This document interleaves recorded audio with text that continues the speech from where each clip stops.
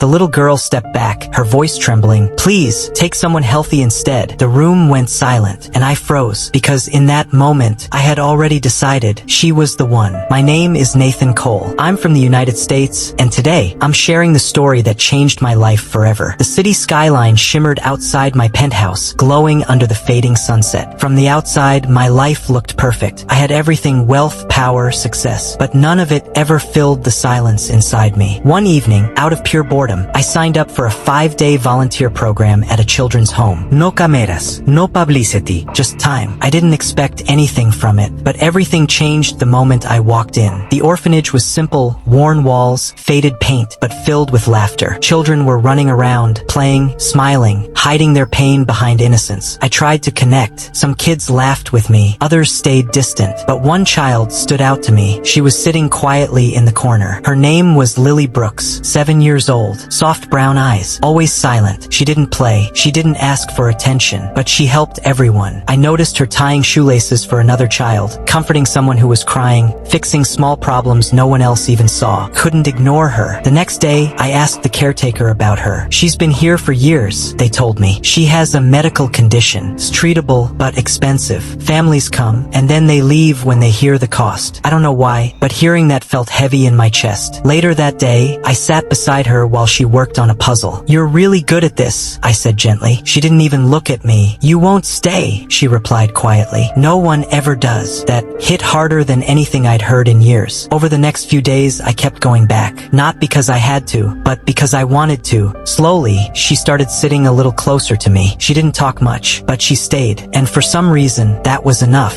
One day, she slipped a drawing into my hand. I looked down. It was a man and a little girl holding hands. I didn't say anything. I just folded it carefully and kept it in my pocket. On the 5th day, I made a decision. I walked up to her, knelt down, and said softly, "I spoke to the staff. I want to adopt you." She froze. Then she looked at me, confused. "Why?" That one word carried years of pain. I swallowed, then said quietly, "Because I see you, and I don't want to leave without you." She looked down, and then she whispered something that broke me completely. "Take someone healthy instead." I didn't move. I just sat down beside her on the floor. "You're not broken," I said gently. "You're not a burden, and I'm not going anywhere." She didn't believe me. I could see it. "No one chooses me," she whispered. Slowly, I held out my hand. "Ido." That evening, she walked up to me holding a small handmade bracelet. "For you," she said softly. I smiled and wore it instantly. Then she looked up at me and said something I'll never forget. "You can take me." And this time, she held my hand. The first night in my home was quiet. I watched her walk slowly through the penthouse, holding her small suitcase tightly, like someone might take it away from her. She looked at me and asked, "For how long can I stay?" That question hurt more than anything. I knelt down in front of her and said, "For as long as you want." The days that followed weren't easy. She had nightmares. She barely spoke. She didn't trust the silence. But I didn't rush her. I just showed up